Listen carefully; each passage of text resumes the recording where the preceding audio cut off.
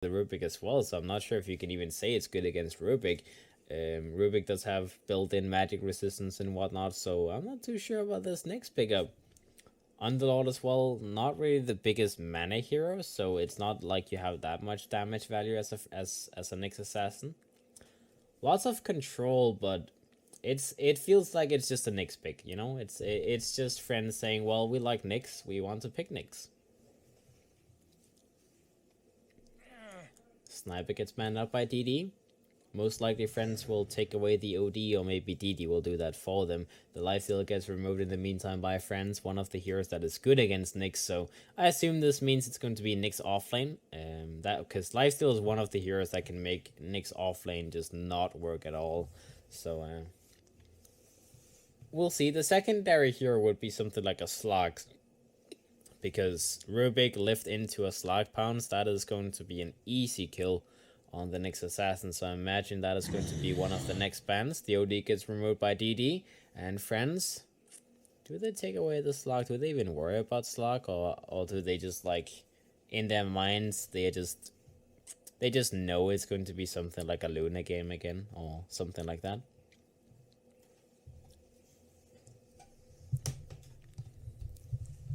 We will see.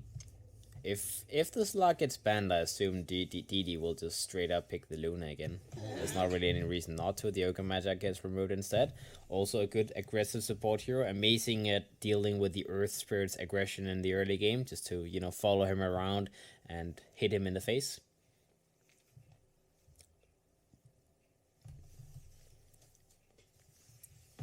Also a very tanky hero with not the greatest mana pool in the world, so again, the Nyx Assassin would not be able to burst him as easily. And let's see DD, next pickup.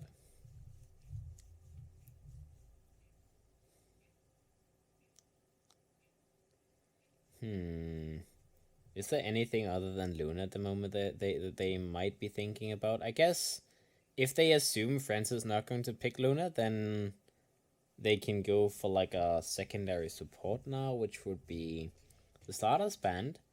Alright, they just go for the Luna, so they don't want to gamble with the Luna too much, they just want to pick it up. And friends in the meantime. Nyx Assassin versus Luna Rubik lane. It's not a bad lane. I mean, it is a lane that the Nyx Assassin can lane against.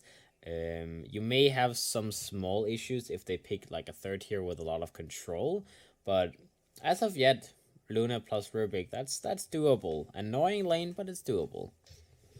And friends, the next pickup, they have the Earth Spirit, secondary support against Luna Rubik. They can just go for the Shadow Demon if they wanted to. I mean, that's the normal counter pick, right? You know, you're playing against Luna, you want to go for a Shadow Demon so you can get those aggressive disruptions out and just turn the Luna against him. The only downside of the Shadow Demon pick is that you could potentially give the disruption away to the Rubik, and then you can make the Luna line, you can give the Luna line up a Shadow Demon for free, so maybe that's why you wouldn't do it. Rissa gets picked up by friends. Good here against the Underlord in the lane. Makes his laning kind of impossible, so, well, not bad. It makes sense to pick up an aggressive hero like Ursa in the safe lane, because you have an Earth Spirit already who's going to be roaming around. So you don't want a safe lane hero who can be punished by the Underlord. And Ursa definitely is one of the heroes who can lane against Underlord easily. They pick up a CM as well. Lots of mana hungry heroes on their team, and more roots for the Ursa. So CM plus Ursa lane against the Underlord. They do have some kill potential between those two heroes, just with roots and slows and whatnot. So yeah, I like it. Chen gets picked up by DD in the meantime. I kind of like that as well. Like, they saw the Earth Spirit, they see Nyx, they see Ursa, so they're like, well, I don't know. I mean, it just feels like a good thing. The Chen, you know, creeps, good at roaming around, kind of a greedy pickup, but there's not much they can do on the side of friends to punish this greed. Like, Nyx Assassin is not an aggressive offlane hero. It's not a hero that can go in and punish the lane like a lot of other offlane heroes can. So this is why you can kind of get away with a greedy position 4 pick. The Chen, the what's it called, CM pickup against Chen is great though. You can at least make sure that the early game pressure of the Chen is not going to be that easy, because you can just frostbite the creeps and then you can get an easy last hit on them. Ember Spirit gets banned out by DD. And let's see, friends, that last ban.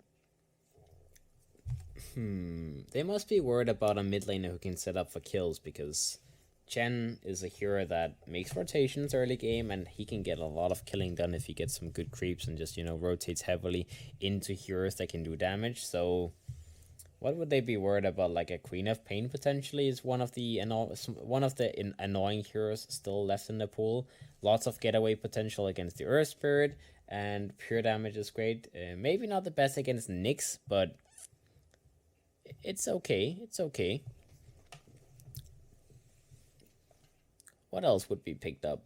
I mean, TA, I suppose. They don't have that much burn damage. The only one they have is the Earth Spirit's Magnetize, and then Frostbite, that's like what, 3 instances of damage, I believe.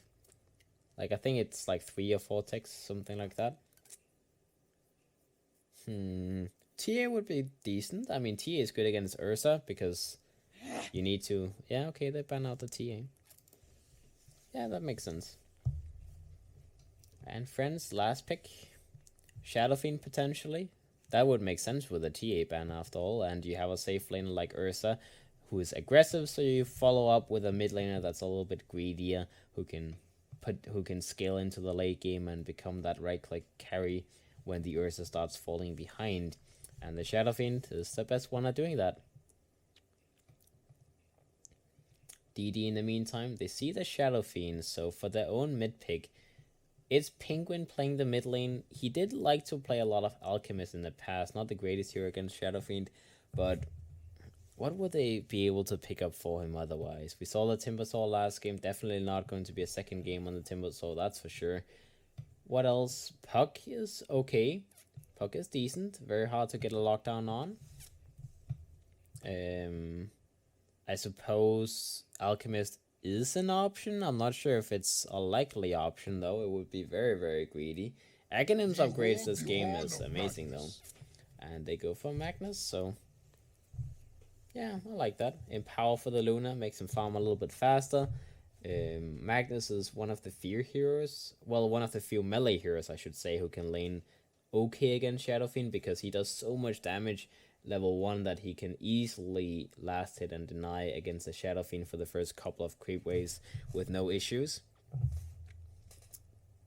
He can also punish the Earth Spirit's rolls early game. If he rolls in onto the Magnus, then the Magnus can very quickly just go for skewer play onto the tower, and then suddenly the Earth Spirit ends up dying. So you need to be careful on the Earth Spirit when you play against Magnus. I like it. I like it. Empower is great, makes the Luna hit hard. RP, great lockdown. RP into like an Underlord pit, into Firestorm, into Eclipse, all of that good stuff. There's a lot of combo potential inside of DD Dota, and with this lineup, they kind of want to go for an early push setup. Like, sure, you can scale into the late game. You have okay scaling heroes, Underlord, Magnus, Luna. They all scale decently into the late game, but with a Chen, you usually want to at least get a lot of towers early game, like the tier 1s and the tier 2s, and then worry about high ground a little bit later.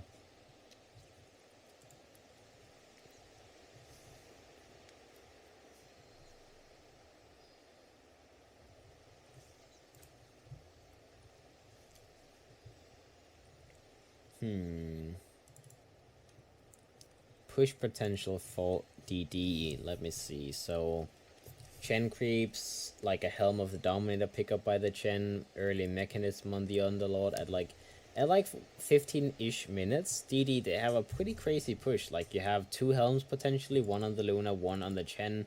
So that's what, 7 creeps when the Chen is level 7. He has 4 creeps himself. Okay, that's what can I count? That's 6 creeps. So they have 6 creeps, they have the Mechanism, Echo Saber or something like that on the Magnus, making him a little bit tankier. That's going to be some pretty dangerous pushing. And when it comes to clearing waves on the side of Friends, they have nothing. Like, they have the Shadow Fiend who can, like, double raise to... I guess triple raise is almost enough to kill the Chen creeps, but it's almost, like, it's not enough. And if they just mech plus ult with a Chen, then that heals them back up, so... They don't really have the greatest pushing power when it comes to Friends, like Crystal Nova from CM, Races from the Shadow Fiend, Impale from the Nyx. That's the best way to push back lanes. And if not, then they have to go for fights instead, and that's what the Ursa is for. So the only way they can really defend pushes from DD would be if they kill them before that happens. So they need to take the fight to DD very, very early. Mid lane, the Rubik and the Earth Spirit actually like fucking mirror image passing by each other. They see each other, they both have 2 wards on them, so they're just like, well guys, no wards have been placed just yet. The Earth Spirit puts down 2 stones just to be a little bit annoying. Doesn't matter, it's like there's 1 minute before the game starts. Every stone charges back up in 30 seconds, so he doesn't waste any charges. This is just like BM stones.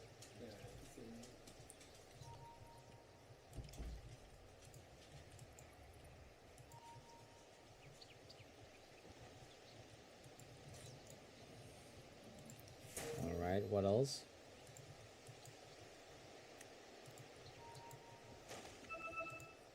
The Underlord went for an Iron Talon. Makes sense.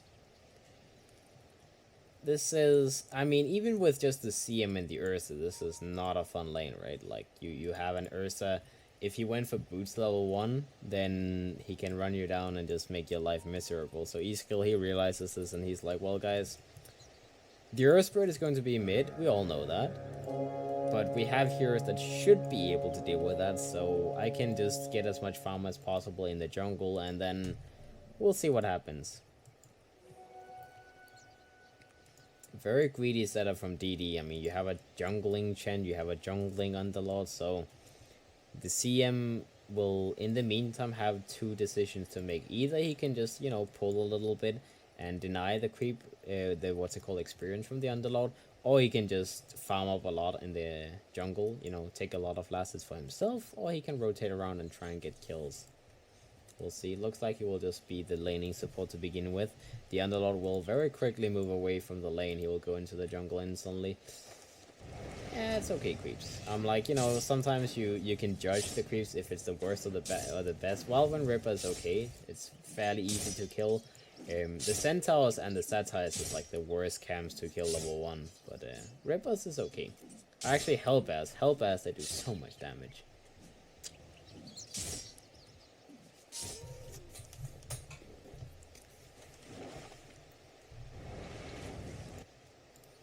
Alright, in the meantime, in the mid lane, the Shadow Fiend. Nice little control of the creeps. Yes, it very, very far towards him. Penguin Tech does get jumped on by No Fear. A couple of right clicks is going to work him down as well. He did go for his Empower level 1 as per usual, just to be able to outlast hit the Shadow Fiend a little bit.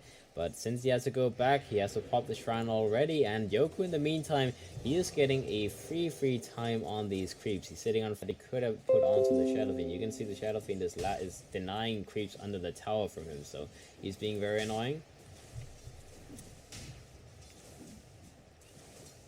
Lots of harassment being done as well. He does have a salve on him now on the Magnus, but look at how low he is already. He may have to use the salve already, and that means he only has 1 single tango left. Whereas Yoku, he has his own tango, he has a salve, he has a shrine heal available still, so this mid lane is going wrong very quickly. Top lane, the Ursa's free farming. Makes sense, there's no one here, so there's no one to stop him from farming. The Earth Spirit does get spotted out by Kefka on this Chen, and he does get punished and killed. As the Rubik makes a rotation, they get a little first blood kill on him, so DD, they do set themselves on the map. And what else is happening on the map? Luna's farming okay in the bottom lane, not free farm. He is being contested a little bit by the Nyx Assassin. The Nyx Assassin does have 7 last hits himself, so he's a little bit behind of the Underlord, but compared to being in a lane where he's being contested, he's being harassed, and this is okay. He's getting good levels, he's almost level 4. E-Skill in the meantime on the Pit Lord is barely level 3, so it's going much better this time for the side of Friends. They did have a good early game last game as well. We'll see if they can make it work a little bit better this time. Angel is trying to put pressure on the Nyx assassin, but it's a Nyx. I mean, you know, Nyx 4-man shield, 4 base region. It's kind of hard to pressure him, and now the Luna may be a little bit in trouble. The Centaur does come in trying to help him, but it does not block anything, as the Earth Spirit will hit the roll on the Luna, and the Luna is going to drop down very low. You will have to just sit on max range to get a little bit of experience, but not a lot of HP left.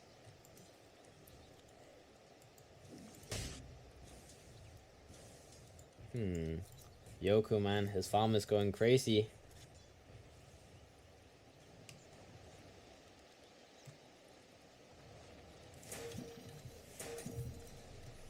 Suddenly I'm not so scared for friends anymore, as yeah, sure, the push timing from DD would be insane, and it would be very hard to deal with, but they have such a good laning start that it's kind of hard to not think they can deal with it. And the Ursa, he's picking up a Helm of the Dominator, first item. Good item this game for multiple purposes. It's kind of standard on Ursa. Some people like to go Vlad, some people like to go Mask of Madness, some people like to just go for Morbid Mask, and some people like to go Helm. But against Chen it makes sense. You may not have a creep active all the time, but like in the middle of a fight you can just take one of the creeps away from the Chen. Which is, you know, BM, annoying, but it's possible. No Fear gets spotted out by the Rubik as well. So Chen, he may be dropping down a second time here now. As they go in, they laze them a little bit with the creeps. He doesn't manage to even bring down this Hellbat Smash as it will barely survive. And that is going to be a secondary death on Mr. Earth Spirit.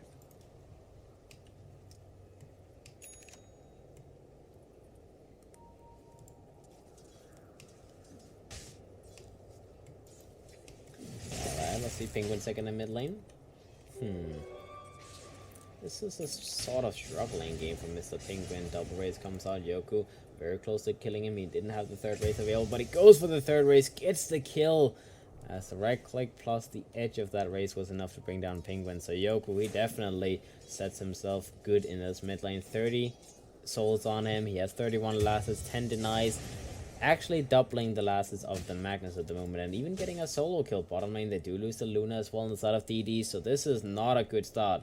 They lose their carry, they lose their mid laner. Suddenly everything is just going wrong. I mean, the Underlord, he's jungling, he's not really able to make rotations at the moment. He may be in a situation where he can go back into the lane and defend under the tower, but Bignum is level 6, almost level 7, so it's not possible for E-Skill to contest him in the lane. He can just, you know, maybe get last hits in the lane. That's the only thing you can do against an Ursa.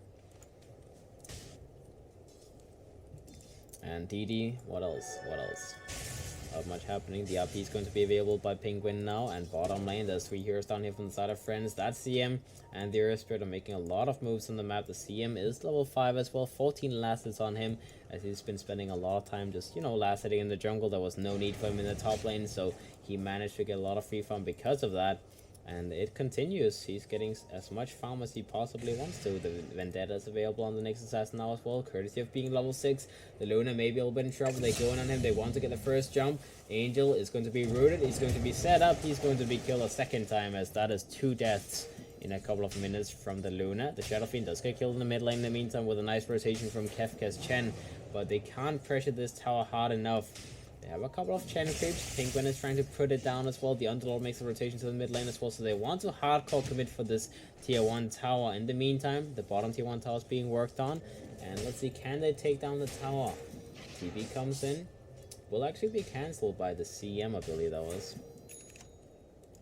He's a little bit scared about TPing in front of the enemy. DD, they do manage to take down the tier 1 tower, so they get the first tower of the game. That's something, you know. A little bit behind when it comes to kills. I guess 3 for 3 kills, so they're not really behind. And they did get the first tower. They're 2,000 gold behind their friends though, so slightly bad start.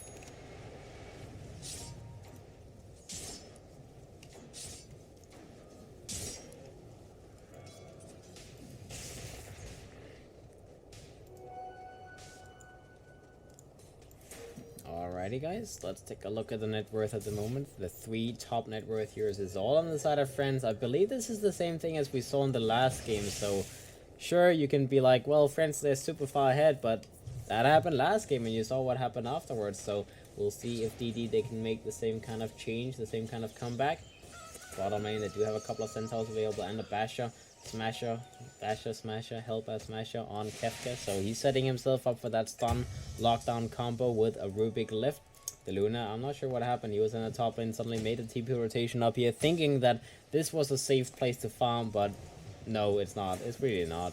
As they jump in, they get a kill on him again. That's the third death on the Luna in the early game. Not really a good start for him. Level 7, still not having his Helm of the Dominator completed. Bottom lane, Penguin comes in. He does have his RP available. He doesn't have enough to actually use Skewer and RP though, so his initiation is not going to be that easy.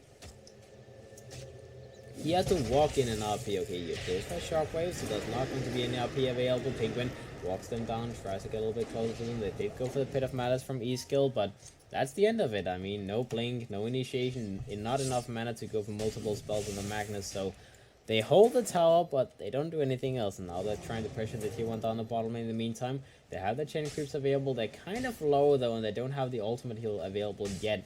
So friends, they should be able to hold this if they TP heroes here. They are going for a trade-off first though. They take the tier 1 in the top lane from the Shadow Fiend, and let's see. There's still a long way before this tower drops down, and DD, they decide to just back up. They know this is too greedy. No mechanism on the Underlord. Penguin is super low mana.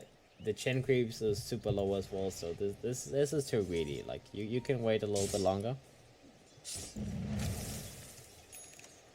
And the lower dance on the CM is being very annoying with all of that spam spelling. Let's see, Rolling comes out from Novi. He tries to get a jump on the Luna. He does have an Eclipse available. He may go for it. The Nyx Assassin is causing issues though. If you go for an Eclipse on top of a Nyx, he will spike Carapace and return that damage right back to its owner. So the Luna knew that there's no point doing that. You will still die. And that is going to be another death on the Luna. Another death on the Luna.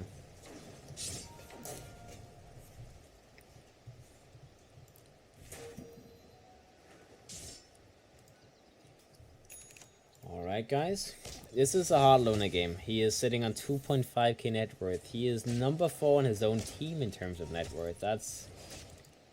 Angel needs to, he needs to find his spirit back in this game, because this must be the most triggering start for him in a long time. The tier 2 down the bottom lane will be worked down by friends as they get a tier 1, they get a tier 2, and that kill on the Luna. So suddenly, they are the ones pushing aggressively. Even though they're playing against a Chen, you would imagine the Chen lineup is the one taking the first tier 2 tower, but that is not happening. The Magnus in the mid lane gets taken down as well as they get another initiation with Afterlife on this Nyx Assassin, spotting out those kills left, right, and center.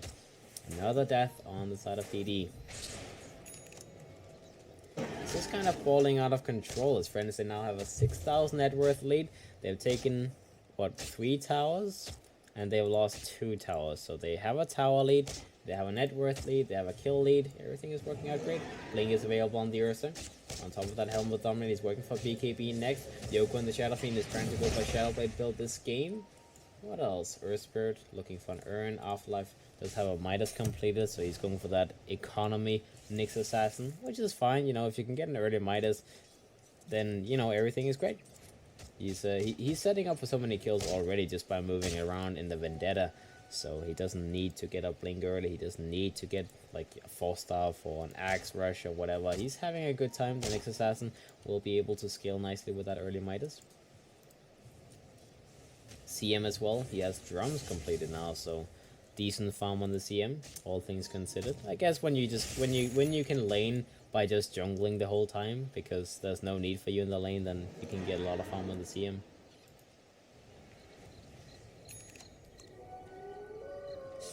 Alright, let's see what DD is doing in the meantime. Rubik, nothing great on him at the moment. They may be jumped here in the bottom lane. It's Half-Life. He spots out Kefka. He spots out the Luna as well. He's just running past him. He may want to go for the Courier. Yeah, he goes for the Courier. Easy Courier kill. The Chen does have a Helm of Dominator completed now, so he can have 5 active creeps on himself. The Luna, he actually decides to not go for the Helm at all, as he's just going to sit with a Bastion on him and then go straight for the Dragonlance. That's not the biggest idea of getting a Helm. The only reason you would get Helm this game is just to have one more creep, because you already have the Helm aura from the Chen, so since he's so far behind, it makes more sense that he's just going to rush something different. He will go for an Aquila and then go for Dragonlance on top of that. The Underlord, very close to finishing his mechanism, so items are coming out slowly by DD, and the Blink is soon done on the Magnus as well. Top lane though, Yoku goes for a Requiem Pop, 1 raise, 2 raises, and Penguin is dead, as that is the reveal of the Shadow Blade from the Shadow Fiend. And he gets a little solo pick off on the Magnus. The Roshan drops down to Bignum, as about time the Ursa goes in and finishes that up. Let's see in the bottom lane, Fate of Malice comes out on the next assassin. They have the control and they should be able to bring him down, put down a couple of sentries just to make sure everything is fine. In the meantime, they TP everyone back as they want to go in and defend. Where are they TPing them? They're actually TPing them back to the base just to heal up, mana up, put up, what's it called, complete the items and whatnot. Alright, so 1-for-1 trade off on the map. Next for the Magnus, and the Roshan was lost. Bignum has that on him.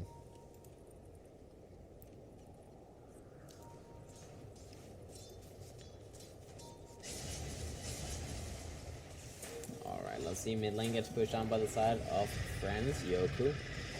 He's actually rushing towards a Silver Edge this game. Interesting. Not bad against... Well, you can take away the Atrophy Aura from the Underlord, obviously. You can take away the Luna Blessing as well, kind of a big deal. Yeah, it's not bad, not bad. And Yoku, he's hasted up, he's moving up to the top lane with that Shadow Blade. He doesn't have his Requiem available, but the next assassin is trying to set up for a kill on the Luna. They find him, they initiate, they get a double race off, and Yoku gets the last hit on the Luna. Big kill again.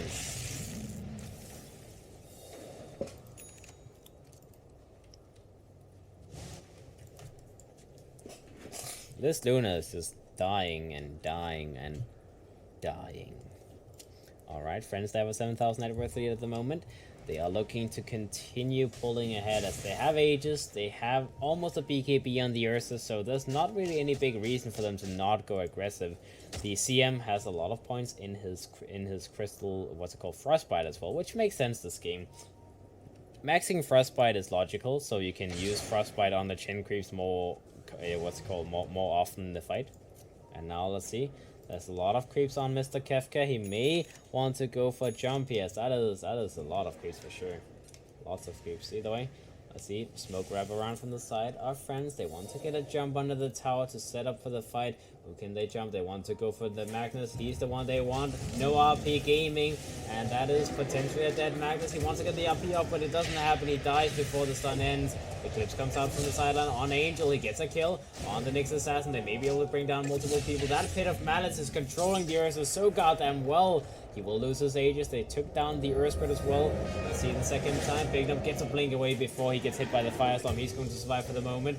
Lower Dance goes for a little ultimate on the high ground. Brings down the Rubik. So far, it is a 2-for-2. And the Aegis was lost on friends. So it's not that bad, but it's still a good fight for the side of DD.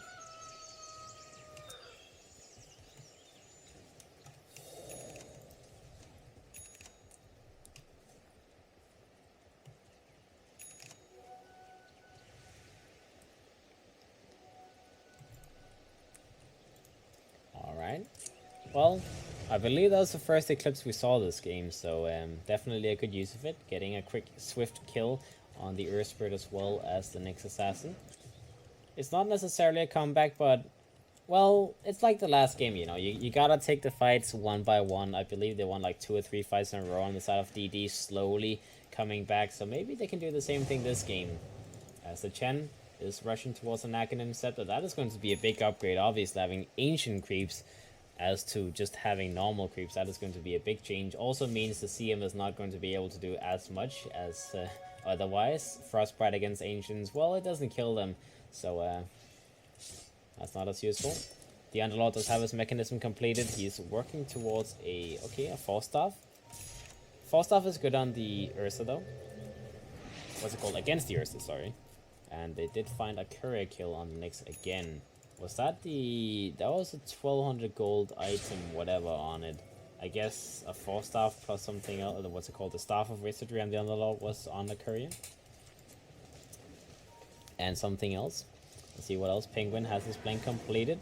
Not the most amount of farm on a Magnus in the world, but he's trying his best. Luna gets jumped on in the meantime. He may be taken down instantly, and yeah, Bignum goes in, gets a BKB off, gets a kill on the Luna instantly. They may be able to salvage something. Penguin RPs, skewers away the Shadow Fiend, but he will be taken down a second time, as that is 3 dead on the side of DD.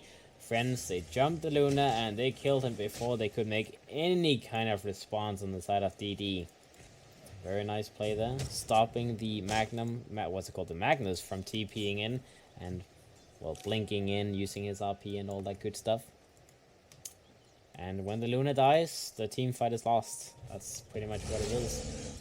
Especially because the Magnus went for a blink first item, so he doesn't have that much damage as opposed to rushing Echo Saber. So he relies on the Luna actually doing the damage. If you lose the Luna first, then, well, it's a problem, you know. Alright, let's see what happens. That's mid lane. Friends, they want to take the tier 2 tower. They feel strong. They feel mighty. They have another BKB available in 15 seconds on the Earth. So let's say they're moving up towards the top lane on the next assassin, spotting out where these Chen creeps is moving. He actually eats one of them, just as a little screw you Chen kind of thing. Blink is completed on the next assassin now as well, courtesy of that Midas. It's helping him skill very nicely. Big Num on the Ursa. Blink, BKB is working towards an Aghanim Scepter next. Makes sense, lower cooldown on Enrage. Plus you can use the Enrage through the RP, so it makes it a little bit more difficult for Penguin to get anything done with his RP. And what else? E-skill, still working towards that 4-star Afterlife, now moves out.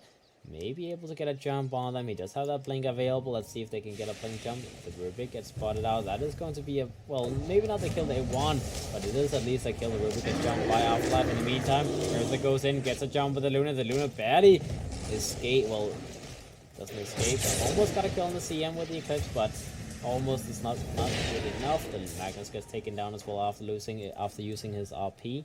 And they may lose E-skill here as well. Frostbite comes out by a lower dance, and he is going to drop down as a third. All 3 cores on the side of DD is now down. Yoku goes in, he wants this kill on Solon on the Rubik. Gets a Silver Edge hit off, but it's not enough to bring him down. Only half HP. Either way, friends, they win another little skirmish where they kill the Luna and they kill everyone around him. Good fight, good fight. The next assassin is now trying to work himself towards an Eel Scepter. The CM, Glimmer Cape, drums, almost a 4-star on top of that. That was a very farmed CM, as he is more farmed than the Magnus. That kind of shows something when you're more farmed than the enemy mid laner. 15,000 net worth inside of friends. That's a lot. Silver Edge down on the Shadow Fiend. They may try and get another kill on the Magnus in the mid lane here. They could try. I mean, Glimmer Cape plus Silver Edge could do some work, but Yoku will show himself. He will just raise the creep wave. No worries there. And in the meantime, in the top lane, they find the Chen. The next assassin and the Earth Spirit will be able to bring him down. Alrighty. What else? Earth Spirit. Almost enough gold for a blink. Burn completed. The Ursa does have that Aghanim up in 2,000 gold. Shadow Fiend picks up a BKB. So 2 BKBs on friends now means that Luna Eclipse is not going to be as useful. Still on cooldown for the next 40 seconds. He's trying to work himself towards a Manta style, but 22 minutes into the game and you only barely have that Yasha. That is not a good amount of farm to have on the Luna. Now he's changing his build. He wants to go for BKB next, as he feels like a BKB is a necessary item to survive a little bit longer. So he will have to just delay the Manta style a little bit. I agree with him. He sees that the Ursa is building an Acronym, so he knows the Basher is not going to be online just yet. So BKB does have a little bit of merit, but once the Basher is completed on the Ursa, then that BKB might as well be nothing, because, you know, 3-4 hits from the Ursa is going to be very close to a dead Luna either way.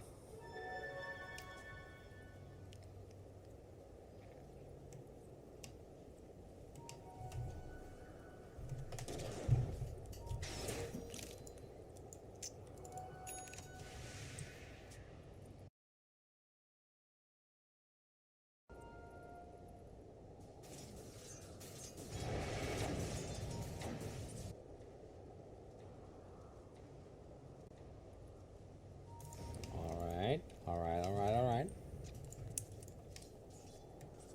15,000 net worth lead at the moment, friends. Can they close things out? The next Aegis is going to be available in a couple of seconds, so that is what they're waiting for. After they pick up the Aegis, that is what, 2 tier 2s left? Yeah. So, I don't know. It feels like DD, they're in that situation where the Chen always has to walk around trying to repair his arm. He doesn't really have any active creeps. I don't know how many creeps we have active at the moment, but it doesn't really look like there's that many. There's a little Wild Run Ripper walking around in the base, but that's pretty much it. He almost has his Akhanim Scepter completed, only 800 gold to go, but that is a very, well, it's a good item, but it just feels like until the Luna has like Manta Style plus BKB, I don't think they can take a good fight, and even after the Manta Style is completed, the Ursa still does so much damage.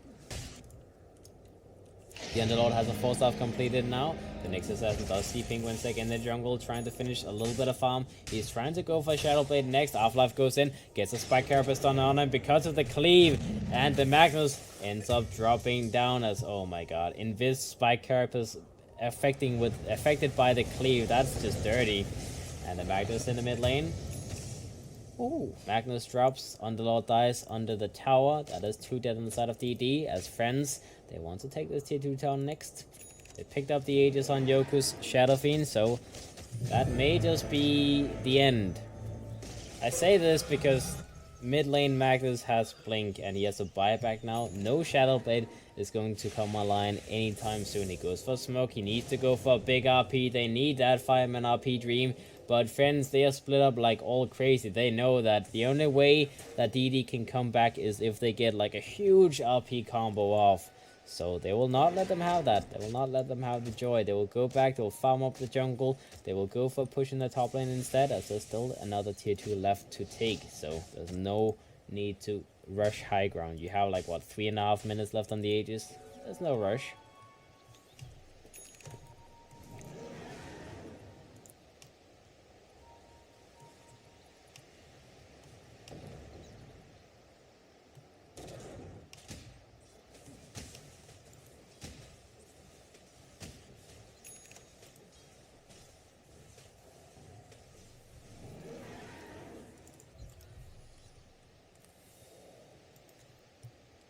Alright. Underlord smoked up with the rest of his team. They're looking for something with the RP. They could try and find a little quick pick off, but don't they need the Luna to do the damage? Or are these 3 heroes enough to do it to get a kill? We'll see. They are attempting for it at the very least. The Luna is moving down towards them now, but it's going to be too late to the party. Big now moves up towards the high ground. He has his Akhanim Scepter available, so that RP is not going to be useful against him. He's running them down. He sees the gen creeps. He's like, well, there's someone here. And he will maybe just try and kill the creeps. He actually steals one of them. The Ogre Frost Mage will be stolen.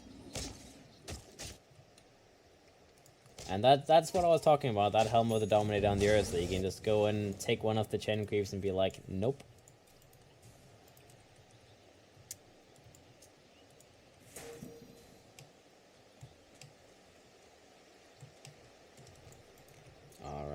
Alright. Another creep dies. Poor Chen Army.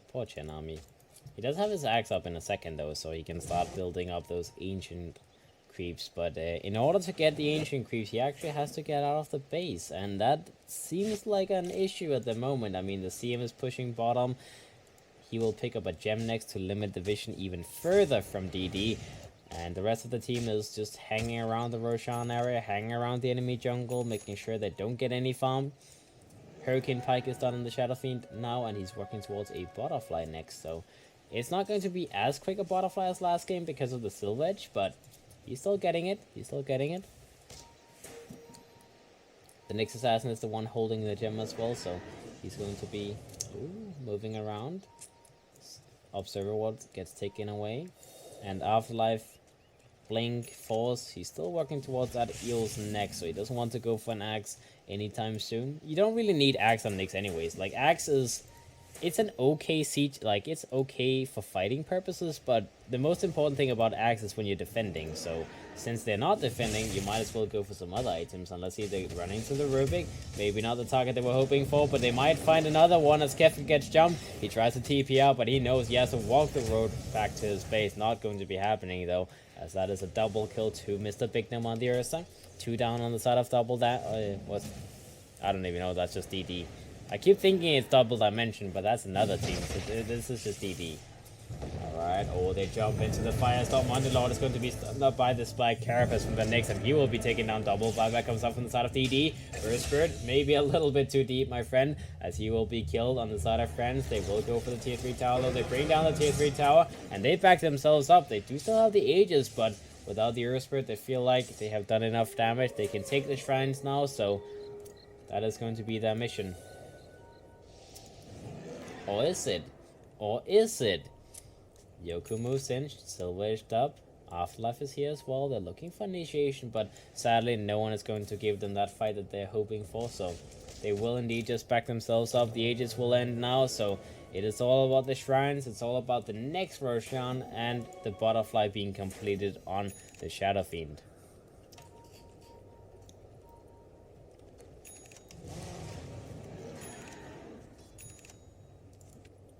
CM farm, boys. 3,000 gold on top of a 4 drums Glimmer Cape. Feels good to just walk around and farm creep waves all the time. That's pretty much what he's been doing the whole game.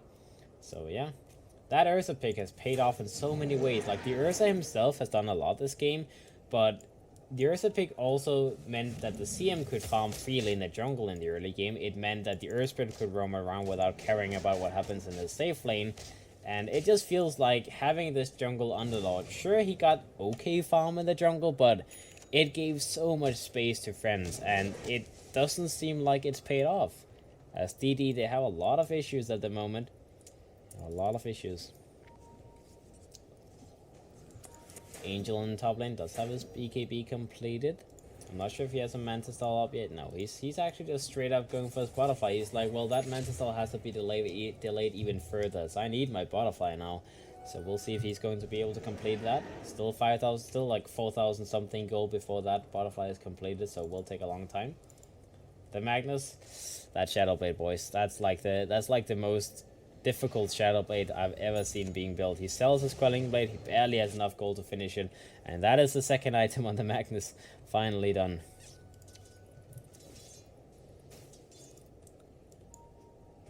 Alright, Chen Aghanims is completed as well now, but I'm sure I don't see any Ancients, so like I said, you know, he needs to get out of the base and actually pick up Ancients as well, and it looks like Friends are not allowing this to happen.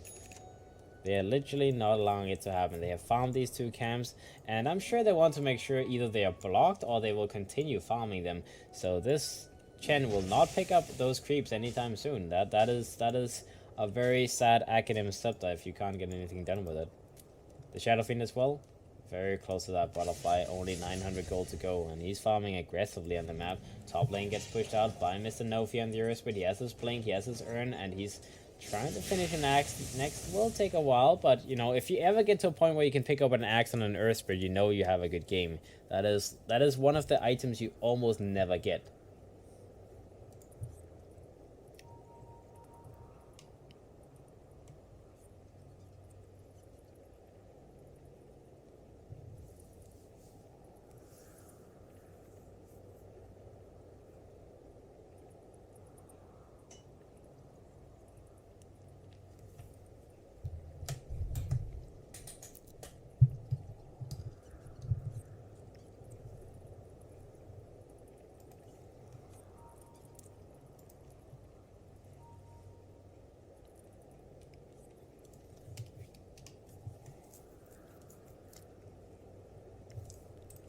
Alrighty, boys.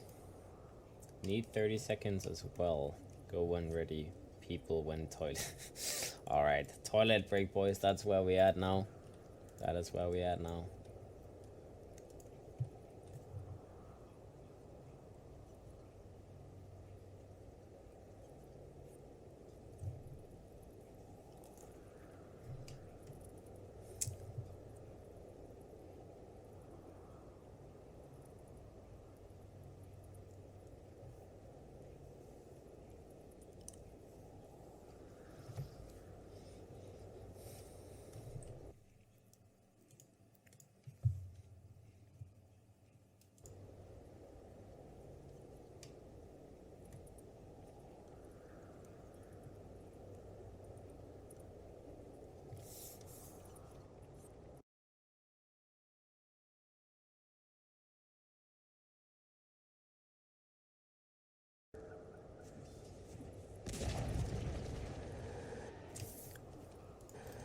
Alright, E-skill.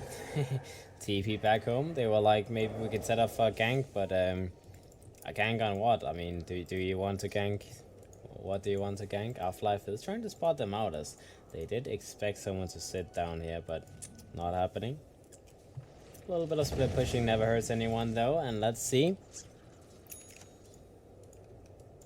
Hem. Bignum, Desolator complete on the Ursa. This is a peculiar item, but I saw Cloud9 doing this a lot, and it's actually fairly good. Like, you know, having a damage item on Ursa usually feels a little bit odd because your damage scales mostly based on your fierce rise anyways. However, Desolator is pretty good. You know, you take a lot of armor away with the first hit, and then suddenly you do a lot of damage with all of the hits.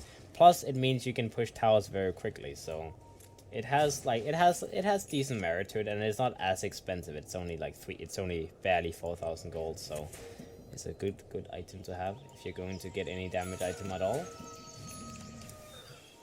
And let's see, the next assassin, Ilsept is completed on him. He's working for Travel Boots next. Aghanim's gets picked up on Aloha Dance. Very big item. That's going to be a lot of damage. Let's see in the top lane. BKB gets popped on the Luna. He goes for his Eclipse. He gets a kill on the Earth Spirit. He may drop down the... Oh, they didn't get the kill. They didn't do quite enough damage on the Luna, and he will get away. In the meantime, though, friends, they have bigger plans. They want to go high ground. Shadow bladed up on Mr. Penguin Sec on the Magnus. They didn't get the Luna. And this is an issue. They're trying to run him down in the meantime, though. Bignum, he could blink in. No, his blink is on cool, and Yoko in the meantime is running the other way. Hurricane Pike is available, but they don't know where the Luna is hiding, and they cannot find him and get the kill. So the Luna gets away. Surprisingly enough, he gets away in a situation where he should have died. So DD, they get one kill and they lose no one. That was interesting. I guess Yoku was like legit just banking on that last hit. He was like, yeah, that's enough damage. I'll move on to the next target. And then, well, obviously did not happen. He does have his butterfly completed now though, and the Roshan is going to respawn in a moment. That is the third one, so there's going to be a cheese and an Aegis. And friends, they want to take it for themselves. In the meantime, DD, they just used Eclipse, so I don't know if they're in a position where they want to try and contest this. Like, without Eclipse, considering how far behind they are, 30,000 gold at the moment, I don't think there's any way they can contest Roche whatsoever. There's just no way. And let's see, friends. They're trying their best to... Oh, they're just starving them, man. I mean, they have been farming their side of the map for the last 15 minutes. They have been taking away all the sentries, all the walls they've put down as well inside of DD. So this is just like an evil way of starving people out. This is like the way you wage war without ever touching the enemy. You just wait until they drop dead naturally. And now let's see, friends. They pick up the cheese, they pick up the Aegis, they smoke up, so they are ready to go for a fight. They could move in the base in the top lane. They don't have any vision here, I believe, but if they just, you know, move in, try and get a jump here, try and get a quick kill before they go for the buildings, that is the plan. Yoku goes forward. Alright, he initiates, they go in. Bignum tries to get a jump on Kefka. He gets a jump, he gets a kill, as Kefka's an easy kill. Chen, no defensive items to save him from the Ursa. The Ursa does get a free kill there. The Chen does have buyback available. They lose the top side of frags.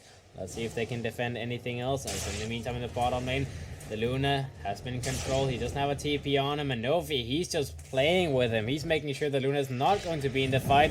And in the meantime, they're losing so much. Novi goes for TP back to his base as he delayed the Luna long enough. They will lose their range racks in the mid lane. They will lose their melee racks as well. No fortification anymore.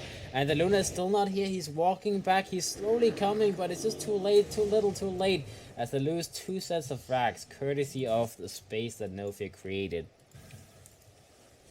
Oh, and they might go for more. The Underlord gets taken down. That's a kill that they could easily grab. Bignum even popped his BKB just for safety. And now they go to the bottom lane. They want to take down this last set of frags. Buyback comes out from the Underlord. Penguin does have his RP available. Can he get a good one off? He goes in. He gets RP on the 2 people. He tries to bring them back. Eclipse comes out, but here comes F.R.I.E. He gets a nice initiation off Magnus drops down, the Rubik dies as well, and the Eclipse doesn't do near enough as the CM was the only casualty. The Luna will drop down, buys back immediately as well. That is the last buyback inside of DD they have available. The Underlord, barely survives. He got sent back to the base just in time. The Shadow Fiend is dropping down a little bit low. Penguin's Egg does drop down the second time, as that is the Aegis from the Shadow Fiend, but just an Aegis is not enough. As he comes back with a second life, the Luna gets forced off the way. They try and control him, but he gets axed up by the Earth, but he gets kicked back into the pits of Friends, and they will bring him down. GG gets called as DD. They will lose game 2. As Friends, they step it up, and they show who is the boss in this game, as that is a 45,000 net worth lead, guys. Friends, they were not playing this game. They were not playing around anymore. Alright, we'll see what happens in the last game, as this is going to a best of 3, guys. Well, this is going to a third game in a best of 3. That's what I'm supposed to say, but we'll see in a moment, guys. Next game comes up momentarily, and that's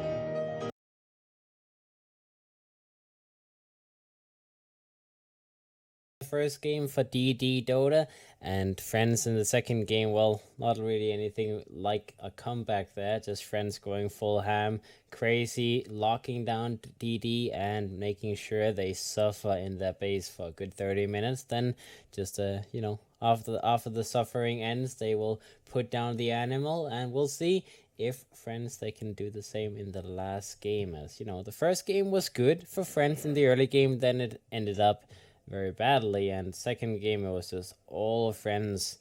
They did well from the start to finish. DD they go for the same. Once again, interesting bans, and we'll see from Friends. Pit Lord gets banned out, as that have been picked up twice in a row from DD, so it makes sense. You feel confident, you want a good game. Now it's time to just take away one of the heroes that DD love to play, and that Pit of Malice have caused a lot of issues in every single fight that DD did well. That Pit of Malice just seemed like a wrecking force, so not having to deal with that is definitely useful.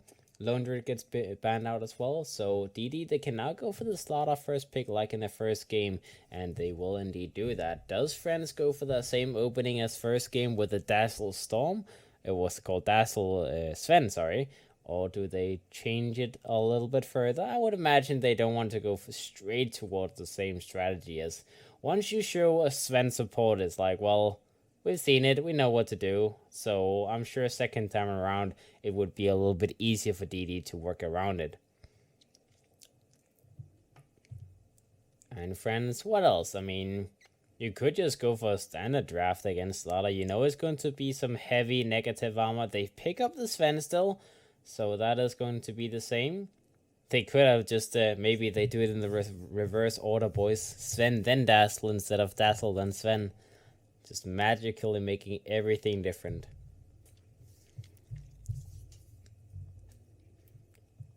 They could also go for a surprising thing against DD and go for Sven Core, as at the moment DD is probably going to be in the thought that Sven is going to be support, so they are going to build around having to deal with a Sven support. But then Friends could just, mind game them further, go for Sven Core. Keeper of the Light gets picked up by Friends as well. Alright, so a bit more aggressive a support hero compared to the Dazzle.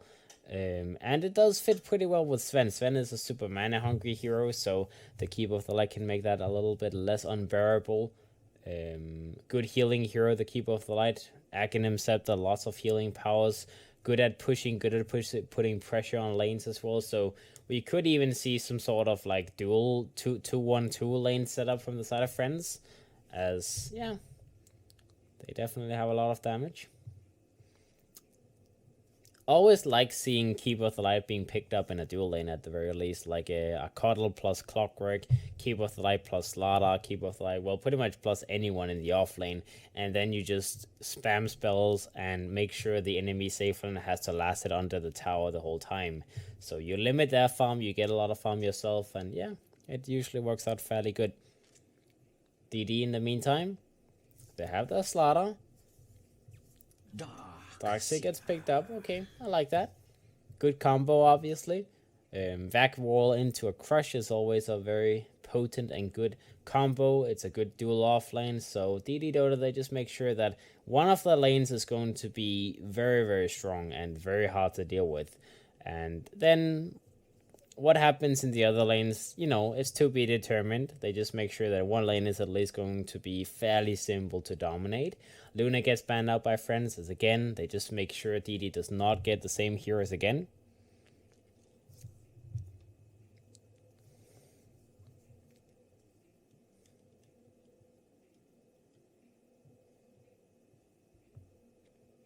Alright, the Shadow Fiend gets banned out by DD. We have also seen 2 games of Yoku Shadow Fiend, so I guess this is them saying, well, if you ban out our heroes, we'll ban out your heroes. Weaver gets banned out now by Friends. Good hero at abusing the corrosive haze from the Slaughter. And let's see the 4th ban from DD. You have Sven, Keeper of the Light. What's a good hero with Chakram? I guess a logical ban would be to take away a hero that's good in that dual lane with the Keeper. So Clockwork is actually pretty good against both Darkseid and Slaughter. They both struggle against the hookshot cock initiation.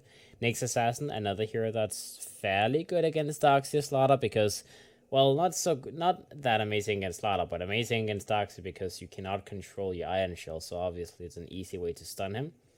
Intelligence hero as well, so the mana burn does a lot of damage. And friends, what do they go for? Shadow Fiend is gone. Safe lane carry if they don't want to have Sven as a carry hero. A hero that can lane Slaughter Darkseer. I suppose you could always go for the YOLO Anti-Mage pick. Anti-Mage is one of the few heroes who can sustain the pressure of a Darkseer fairly well. It's not that difficult for him to stay in that lane. They pick up a Pugna. Okay, that's different for sure. I'm curious what lane this Pugna is going to be in. To me, this looks like an aggressive push strategy coming out from Friends, because what we have at the moment is most likely a Pugna core. Sven Coddle supports. You have a Pugna with the Chakra Magic, so you can use 2 Nether Blasts right after each other. That's a huge amount of burst damage. And keep in mind, the Pugna push power with that Nether Blast, like, that is one of the most potent pushes in the game. Much like Chen pushes, like, you can push super, super early. So, if Friends follow up with maybe something like a Terror Blade, that is going to be dangerous. That is a lot of push power, a lot of push power. Rubik gets picked up by DD. Good steals this game. The Nether Ward is amazing to steal, just to make Pugna's life a little bit miserable. The Nether Blast, for that purpose, lots of burst. Illuminate, lots of burst. Chakra Magic is amazing to reduce your own cooldowns as well as your teammates' cooldowns. Stormhammer, great stun. Warcry, great buff for your team. So, all in all, Rubik is just a solid support pickup. Friends, next pickup. I kind of imagine this, I kind of assume this is a Pugna mid, and then they need a safe lane carry. Terrorblade is an option. Decent against Darkseer because you can just use your Metamorphosis level 1 and then push back the Darkseer, which means he's going to not get as much farm early on. Alright, Abaddon gets picked up, so they say no thank you to what I just said. Interesting. I'm kind of not sure what's happening with the draft anymore from Friends. Abaddon. Another hero that's amazing with Chakra. Double Apothic Shield. Well, not necessarily double, but like 1 Apothic Shield, then what a... Nah, it is actually double Apothic Shield, so that is decent, I suppose. Lots of pushing power as well. Curse of Awareness helps you with the push. And if it's a dual lane off lane, then Abaddon plus Keeper of the Light, that's okay. Difficult heroes to zone out. The Apothic Shield is great against the Corrosive Haze as well to take it away. It's decent against Rubik with the lift. You can take away the crush stun from the Slaughter. There's some reasons for an Abaddon to be useful. Also, just generally a very strong frontliner. You go in, you have that ultimate available, so you feel unkillable. And, well, you are to an extent unkillable, so yeah. DD, they pick up a sniper next. Makes sense.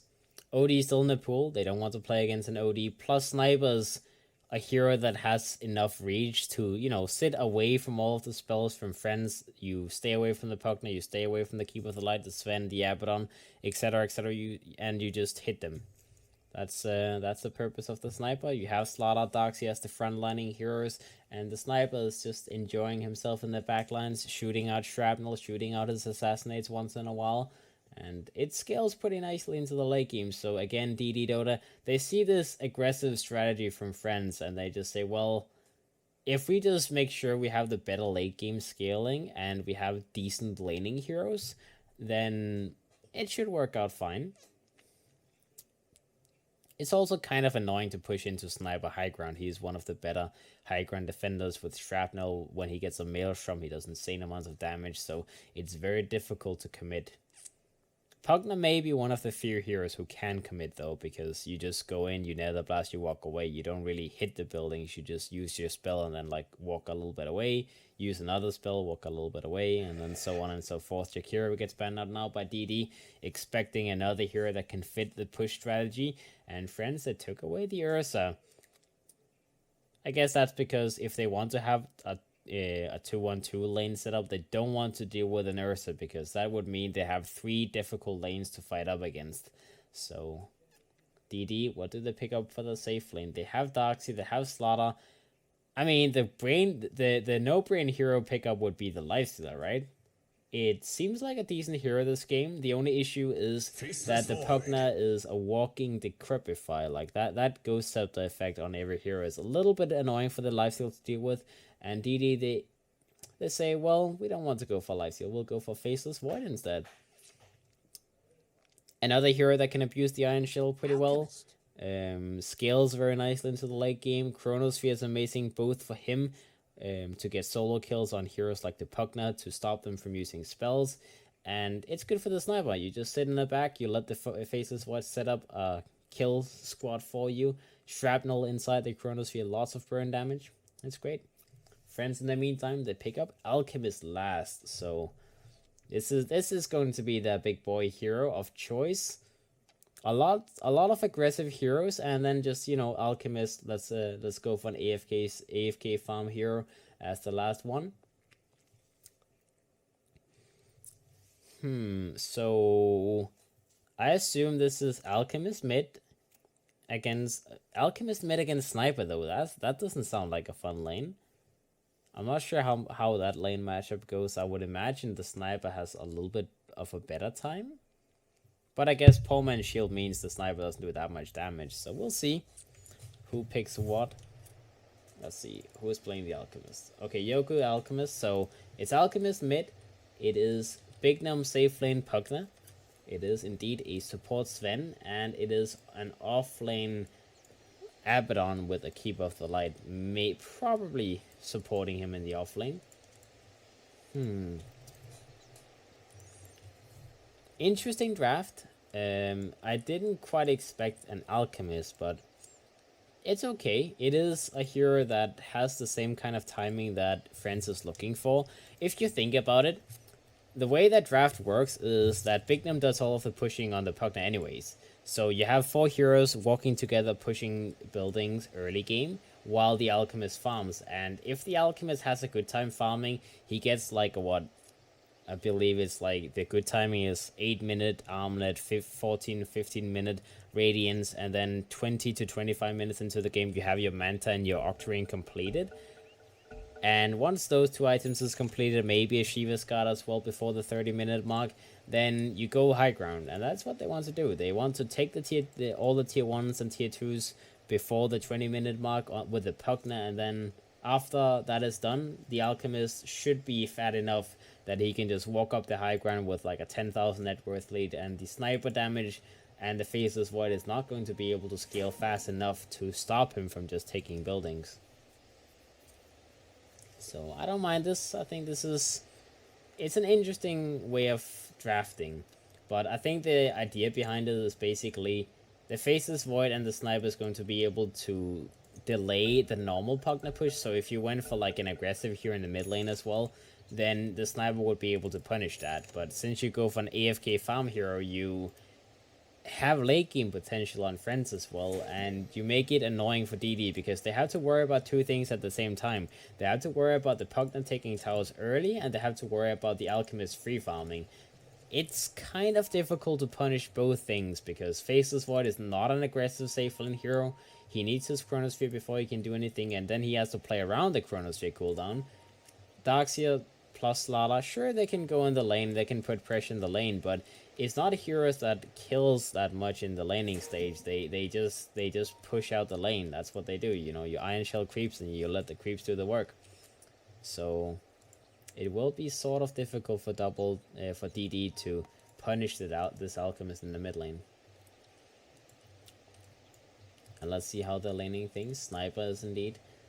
Actually, Sniper is top lane by the looks of things. They have Faceless Void mid. So Void versus the Alchemist. And Sniper in the top lane versus the Abaddon plus Keep of the Light. Or it's actually a Coddle plus Pugna lane. So lanes are weird, guys. Lanes are weird. So they want to put ultimate amounts of aggression on this lane. Pugna plus Coddle, that's a lot of spam damage. Like an Illuminate with a Nether Blast. I guess it makes sense that they send the Sniper to this lane. He's a hero that can just, you know, sit out of the reach of these 3 heroes. As they were looking to punish the Void, but it's not as easy to punish the Sniper, and the one-on-one in the mid lane should be okay for the Void. It's not ideal. The Alchemist will most likely get good farm because of this Void being here, but the Void can definitely lane him. And what else is happening? The Slaughter's moving around. The Sven sees him. He's walking after him. He's making sure that the Slaughter doesn't go anywhere that he doesn't know about. And Nofi in the meantime in the top lane. They are starting that push very, very early. Big Gnome just pushing out the lane very aggressively. And our Sniper does not last hit well under the tower. So this is kind of annoying that they push so aggressively under the tower. And they will do their very best at pulling and making sure a lot of experience is denied as well. They did block their own camp though on the side of DD, so this will not be stacked, and they do know this is happening. They saw this camp not being stacked now, so they will most likely buy Sentry Rod very early. In the meantime though, the Keep of the Light may be a little bit in trouble as the Sniper does have more shrapnel charges available. The Keep of the Light will indeed be the first blood, as Angel will draw blood first on the side of Friends. Friends gets punished for being a little bit too far out. Alright. Mid lane Alchemist, 8 lasses versus the 7 lasses of Penguin on the Faceless Void. And, well, considering Penguin used to be a Alchemist spammer, Alchemist specialist, then I assume he does know how to play around fighting an Alchemist. We'll see though. Bottom lane, it is Abaddon solo versus the Darkseer. Interesting lane to build, but, well, Abaddon, he gets a lot of good levels, and him having level 6, level 7 early means that he can just run around under the towers with the borrowed time available with max Apothic Shield, etc, etc. And I suppose he lanes okay against Darkseer, as with his Apothic Shield he can sort of push against Darkseer. You can see he's a little bit painful, those Iron Shells. It is very, very difficult for him to sustain them, but it's better than nothing. He can lane, for sure. They both get a lot of last hits.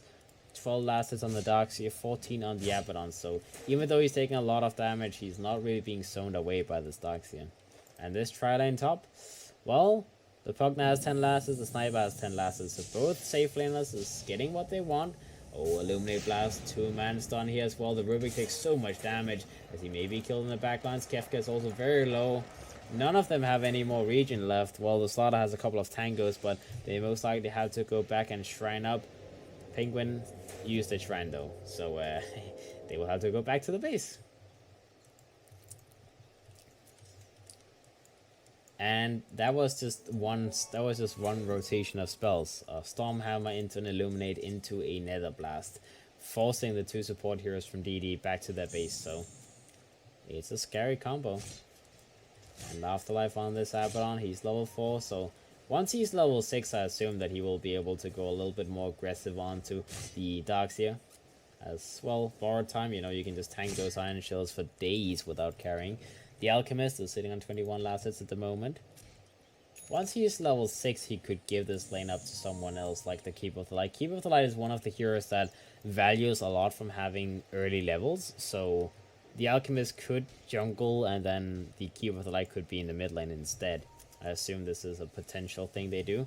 Sentry Rod has been put down in that jungle though to block another camp, just to make sure Friends doesn't get as much value in the jungle.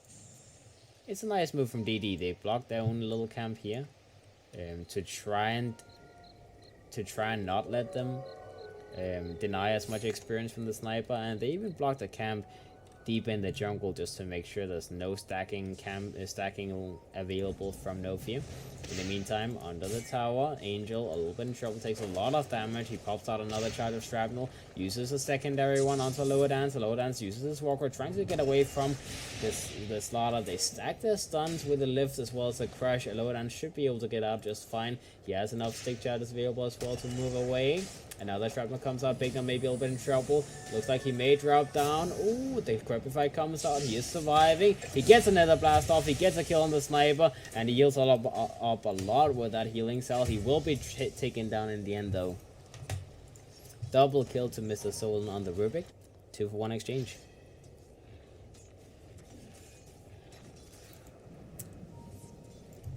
Alright, guys, so they lost the sniper, a little bit unfortunate, but they got the Sven as well as the Pugner, so it's all good. The Rubik gets a lot of levels for that. He's almost level 4 suddenly. And let's see. Bottom lane, it's surprising how the Darkseer is actually having exactly the same amount of lasses as this Abaddon. The Abaddon is doing pretty well, all things considered. He's just juking around those Iron Shell creeps, and Iskil is trying his very best at denying farm from this Darkseer, but it's only so much you can do. And now the Abaddon TPs to the shrine. He wants to pop the shrine with Yoku, as he's very low mana, very low HP, so it's a little bit annoying for him at the moment. The Kefka moves down to the bottom lane on the starter, as well as I imagine he just wants to sap an Iron Shell and then TP back top and try and take a fight. We'll see though. Alright, let's take a look at the net worth at the moment. The Alchemist, funny enough, is number 1. Well, it is an Alchemist, so you could expect nothing else. 1 level ahead of the Faceless Void as well, as he's been jungling a little bit, plus having good farm in the lane.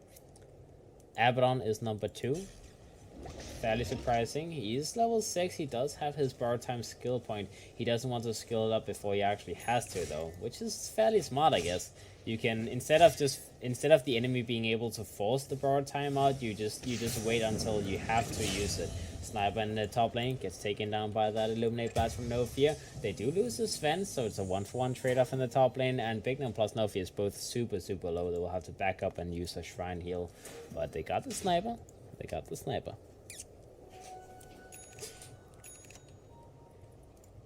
Alright, Solon moves in, tries to get a quick grab. He doesn't find anything though, and he may drop down. He has indeed. The triple burst comes out, and that's a dead Rubik. That's a very dead Rubik. 3-for-4 at the moment, net worth wise. Friends, they almost have a 2,000 net worth lead, and it's going pretty damn well for them, all things considered. The Abaddon in the bottom lane looks like he may, well, he has 2 options right now. He could go for a mechanism, he could go for, well, he could go for Vlad's, Mech, and Helm, but it looks like he's going for Helm with Dominate. Makes sense. You get a Helm creep, and you make the Helm creep tank the towers when you're pushing. That's kind of the idea behind it. And I guess it is a safe lane carry Abaddon, if anything. So, well, maybe we see a right click there coming out. Top lane, oh, Slaughter, the triple burst again. That's just so much damage, man. Stormhammer into Illuminate level 2 into Bignum's Nether Blast. It's dirty. And let's see, Rubik lifts up Sven, but he may be taken down here again as the Stormhammer comes out. The Illuminate comes out on top of it. Solon is going to take... Oh, he actually dodges it. A little bit too greedy and No Fear with that burst. Oh, the Root comes out though. The Rubik is controlled. Elodans may be able to get the kill on him after all, but no. The Crush comes out. The Shrine Heal is available on Solon. He will survive for the moment. And, well, that is going to be the end of it. No one dies on Friends. They did force out a Shrine Heal at the very least, so it's not all that bad. Yoko in the mid lane, he has his armlet completed now, so Penguin is in the position where he cannot pressure this Alchemist anymore. Having an armlet means that he's way too tanky for this Void to do any damage. And if the Void ever were to commit to kill him, then the Chemical Rage will completely deny all the damage in the wall. Top lane, the Sven gets taken down. Bignum is a little bit in trouble courtesy of all that shrapnel from the sniper, but there's no more shrapnel available, and the Sven is the only one dropping down. Yoko in the meantime is in the jungle trying to finish up some creeps. Bignum tries to heal up from one creep. He does heal up a little bit. Kefka goes in, tried to get a little kill on him. Stormhammer comes out by the Sven. Do they actually commit for this kill? No, they know it's he's too far away already. They will not get the kill. Looks like Bignum wants to heal up from a creep again, as he's kind of low HP, but he should be able to just sap it. Kefka comes in again. That's kind of evil. I mean, it's a fairly cheap spell compared to Pugna having 1000 mana. You just use your ultimate once in a while, heal up fully, and then you're like, well, who needs regen when you can have my ult? Smoke comes out from the side of Friends. Will be broken instantly by Kefka. Nice little pop there. And let's see, the Observer Ward does spot out the Pugna and the Sven moving down towards the bottom area, so the Darkseer will be aware of this happening. Looks like they want to group up bottom and try and push this tier 1 tower as... It's like they oh, the Darkseer barely survives as that Invest Rune saving his life. What I was about to say though is that they kind of hit two flies with one blow, right? Because they stop the Darkseer from laning down here by pushing it out with the Pugna, and they can take towers, and they will try to. The tier 1 tower is going to be the first prize. In the meantime, in the top lane, the Keeper of the Light ended up dying. Needs to be a little bit more defensive, and looks like they want to try and go for another kill as Penguinset comes back in with a double damage rune, and the TP in from the Keeper of the Light is going to be met with a death, as he will not be able to delay this tier 1 tower push coming out from the side of DD. They want to try and trade towers as much as possible. Let's see what they can do. The tier 1 in the bottom lane will be taken down. Fortification comes out in the top lane. They TP away on the Rubik. He's TPing to the mid lane, trying to defend this tower from Yoku's Rage. They're getting a lot of value on the side of Friends, though, as the tier 1 in the top lane is barely dropping down. In the meantime, though, Friends, they may get a tier 1 in the mid lane. Yoku does have to back himself up as Faceless Void is TPing in there. And meanwhile, bottom, the tier 2 falls, and Friends, they keep on going. They still have a little bit of mana left on Mr. Big Now, man. They want to force TP rotations. They want to force more than just the Darkseer to meet up and defend. And they will back up, as finally the Slaughter and the Rubik came back to the base, so... They say this is enough. They took 2 towers. And this is the power of the Pugna, boys. He almost has a mechanism completed as well, as that is his first, well, big item, I suppose. Lots of healing power. The Keeper of the Light is rushing towards an Acronym Scepter. Needs a lot of space to be able to get that, though. The Sven just boots on him for the moment. The Alchemist does almost have a Radiance completed. He does have enough gold for the Relic in 100 gold. So it is going to be that 13, 14, 15 minute Radiance timing after all. And as for the Abaddon, Helm of Dominate is completed on him. I'm not sure if you go Vlads this game. I think it's better if you go for something like a Pipe, just to tank the Darkseer as well as the Shrapnel from Sniper. But we'll see what he decides to do. You could even go for Crimson Guard. There's a lot of right-click damage on DD as well, with the Void as well as the Sniper and the Slaughter. Top lane Shrapnel comes out from Angel, defending this lane as best as he can, but that is a 5-man move from the side of Friends. Well, 4-man as Yoku. He's just sitting in the back jungling a little bit. He almost has his Radiance completed, so it looks like Friends, they're going to be ready to go for 5-man commitment soon enough. As Radiance on Alchemist, Buckler on the Sven, Pugna with his mechanism done now. Abaddon with the Helm of the Dominate. That's a lot of big items on Friends now. In the mid lane, DD, they do see no fear TPing in, and again they punish him. They have done such a good job at stopping this Keeper of the Light from pushing back the lanes, as in the top lane twice, in the mid lane once now, as they know what he's doing. They know he wants to TP in and try and Illuminate Blast the waves when they're pushing, but they do not allow it. They still lose 2 towers in the top lane, though. They get a tier 1 in the mid lane, and they lose 2 towers top. As Friends, they could just commit for the high ground here. I mean, if they don't see a big force defending the base, then I don't think they have a reason to back up. E-Skill does have his mechanism completed on the Darkseer now, and let's see. Just a little well, actually, he stole the ultimate from the Keeper of the Light, so he has Recall and Blinding Light available now. Interesting. Either way, they took 2 more towers in the top lane. They lost a tier 1 in the bottom lane. So it's 2 for 2 towers. Yoku, Radiance is done and dusted. He will move into the mid lane and continue farming as much as he can. He is doubling the net worth of the Faceless Void at the moment. So, like I talked about in the draft, like Faceless Void is a fairly slow scaling hero, and it takes a lot of time before you get items. So this is what Friends, they're kind of playing around at the moment. Top lane, the Darkseer gets jumped on, Nether Blast to the face, the Crepify comes out, but a lower dance didn't get to right click him, and that Shrapnel is keeping the Sven in control. He will drop down the Abaddon. It's going to be the second one falling, as this Sniper gets so much damage out with that Shrapnel. That's going to be 2 kills. They instantly smoke up as well. They want more. Are they going for Roshan potentially? Yeah, they go for Roche. Alright, well, they got 2 kills. They want to get the Aegis now, as that is one of the best ways to get net worth plus shut down friends a little bit.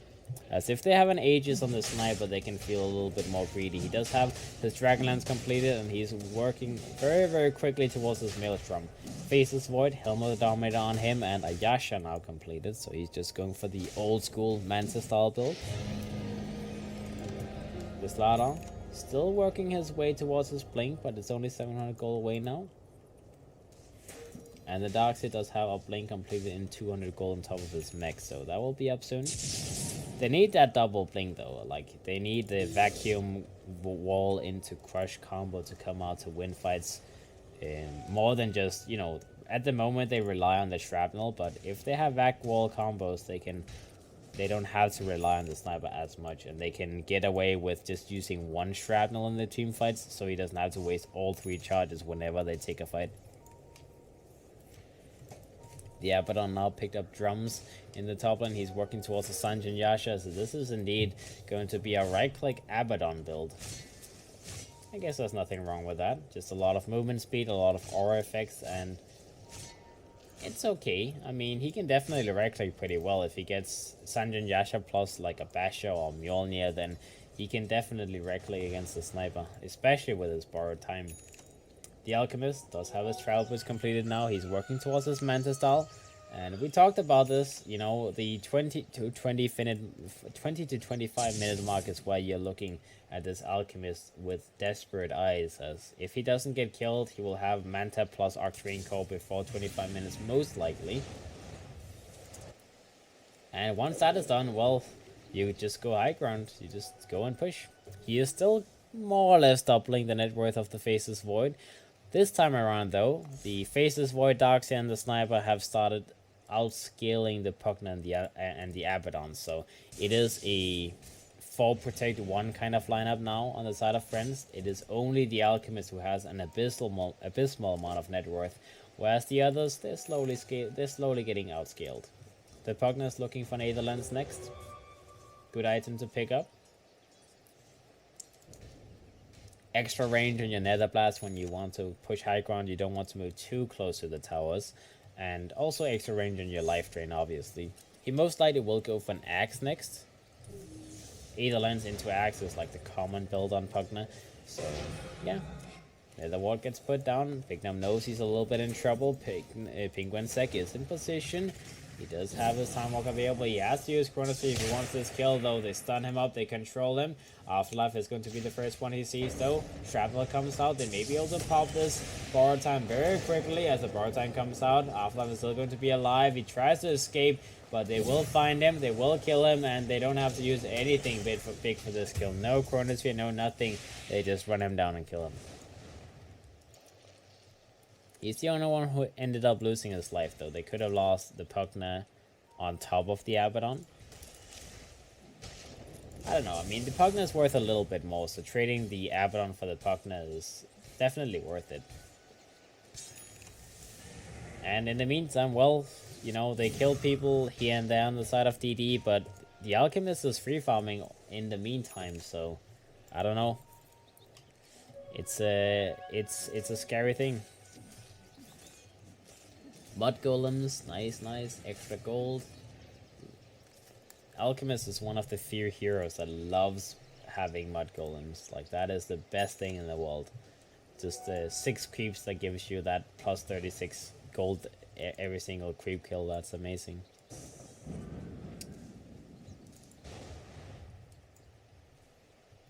Alright, the Pugna's moving for Blink next.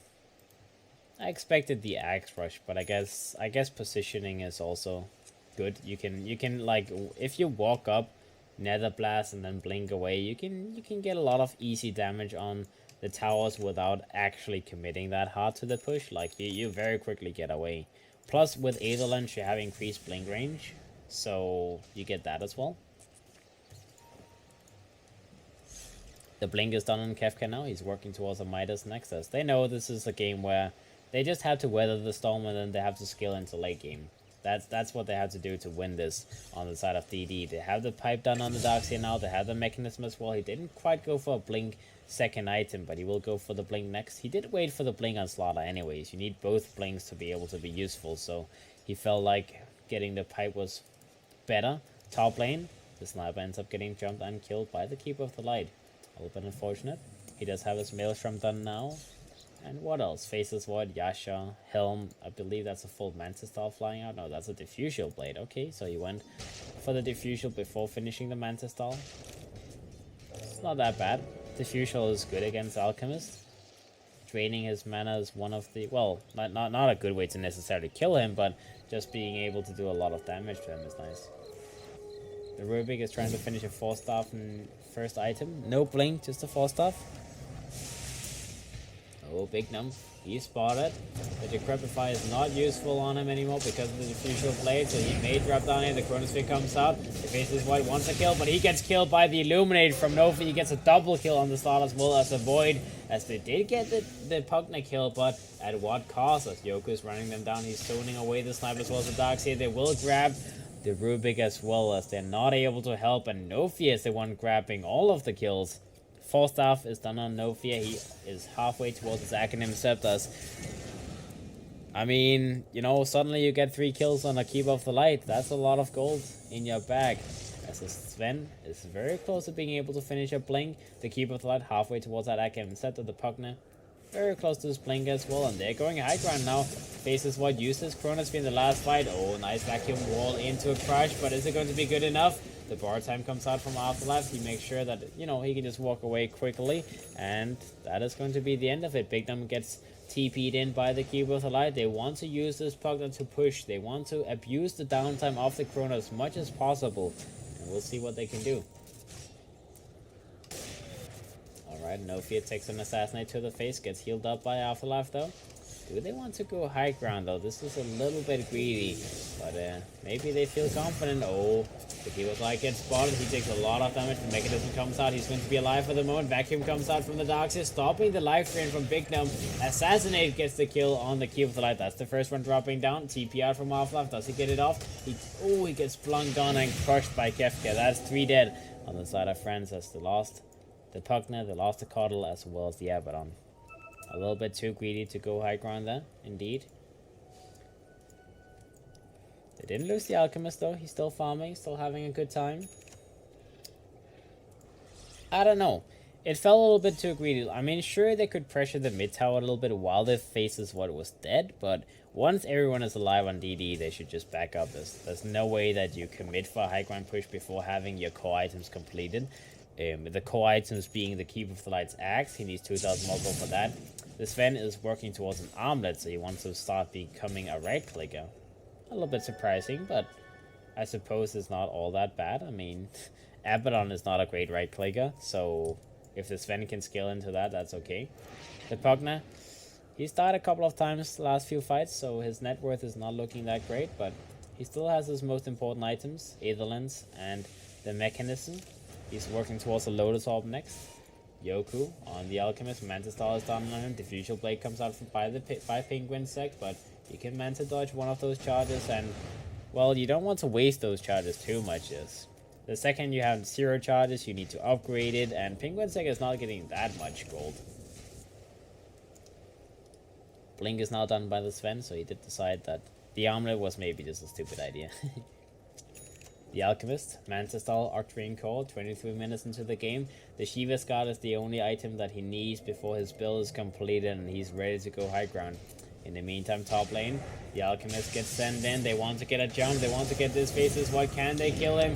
They go in. They get a stun on him. The Chronosphere comes out, but it's not going to be able to do that much as Penguin Sec will have to walk himself away. Does he survive this? He does have his time-lapse on cooldown, and that is not going to be a surviving faces. What he uses Chronosphere still ended up dying, as I believe he tried to I think, wait, did he use his TP? So he chronoed and instantly tried to TP out before he got hit by the Alchemist stun. I didn't actually see that, but I guess it was, you know, it was the most normal thing to do. You are surrounded by a lot of enemies, you chrono on top of yourself, you TP out, but didn't happen. He did not expect the Alchemist to be there, And now the Alchemist is on the high ground. They want to take this tier 3 tower, as they will not back up before the tower is down. If they can take the tower, they can take the shrines as well. So let's see, they take the tower. Oh, it's still alive for the moment. Vacuum wall comes out. Kefir goes in for crush, but they're still alive on the side of friends. As the Sven may be a little in trouble. The Slaughter ends up being... Life Drain comes out by Big Nam onto the Slaughter, just sapping his life. They still didn't get the tower. They really want to take this tower. They're waiting for the next Alchemist ult, and he will run down the tower just to hit it once more. Just one more hit. And Warcry comes out. They go up, hit once, walk away. But does he die from this? That's the question. They have so many defensive heroes. There's no way Yoku should die from this. He pops his ult. He starts taking up his unstable concussion. They may be able to bring down the Darkseer. He's very low on HP. The Illuminate comes out, doing a lot of damage to him on the side of DD. But friends, they do not want to commit for a fight. They just want to back up. They have no reason to go high ground anymore. They wanted the tower so they can take the shrines. And that's what they want to do. Alrighty, boys. So another, well, I guess it's a hole for DD, but it doesn't really feel like a hole. It's just a slow death, if anything, from the side of DD. Blink, pipe, mech on the Darkseer. 1k gold on top of that. Mjolnir is done on the sniper. He's working for it. And an MKB next.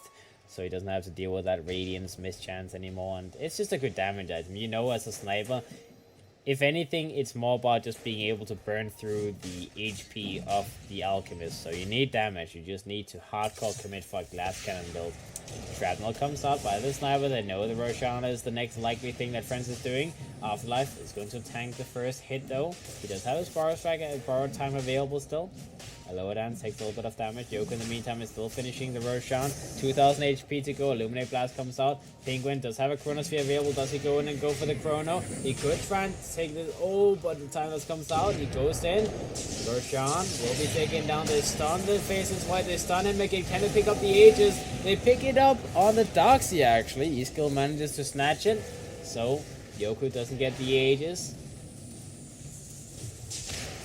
Alright, the Pugna ended up losing his life. The Sven is dropping down very low. Pugna goes for a buyback. The Keeper of the Light is going to be the next one to drop down. The Sniper is just sitting on the high ground, hitting people like no tomorrow. And now Yoku, he focuses his attention on the Rubik first. Next is the Sniper. He wants the Sniper kill to know that this guy is easy to kill if you're on top of him. And indeed, Yoku, a couple of hits, and that is a dead Sniper.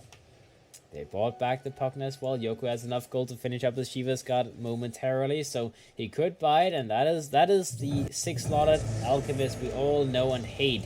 As once you have all of those items completed, you can just go high ground and you cannot care about anything. Pugna, he bought back. He doesn't want to die here. He takes a lot of damage from that assassinate. Vacuum comes out. Pugna gets taken down as Yoku is going to be in the front line, but his backline heroes is dying one by one. The Sven gets taken down. The Courier ends up losing his life as Kefka may be burned down by the Radiance, but the pipe is keeping him safe for the moment. Unstable concussion comes out. He tries to blink away from it, but that doesn't really work. They lost 3 heroes on Friends. Abaddon, Pugna, Sven. They are losing so many heroes every single fight. Luckily enough, the Alchemist always survives. They are on a timer though on the side of Friends. Like, the Pugna, the Abaddon, they're both falling behind rapidly. They are now 3,000 gold behind of the Sniper, and this, the Faces White plus the Darkseer is scaling very nicely as well. The Darkseer will pick up a Lotus Orb soon enough. The Slaughter does have his Midas completed. No fear on the Keeper of the Light. He pops up his ultimate. He will be alive for the moment. He still needs 800 gold for Zachanim Scepter. That is the next item they want before they can go high ground. I guess you could ask Yoku kindly to give you an axe, but he has other ideas. He's actually going for an AC next. He doesn't want to go for the Shivas, which is the normal item. He does have enough gold to finish the AC though. That's a big item as well. AC is definitely good. Takes a lot of the damage away from the Sniper as well as the Void, so it makes sense. And let's see what else he wants to go for. Still just farming. 2,000 gold is up on him. He could finish an axe on someone. If anyone, I would guess the first axe must go to I don't know, there's so many good axes this game. Obviously the Keeper of the Light is buying his own, so he's not going to get an axe, but I guess the Sven might be a likely axe to give out first, because then when he pops his God Strength, it's AoE, So you give a lot of damage to the Alchemist, actually, which is crazy.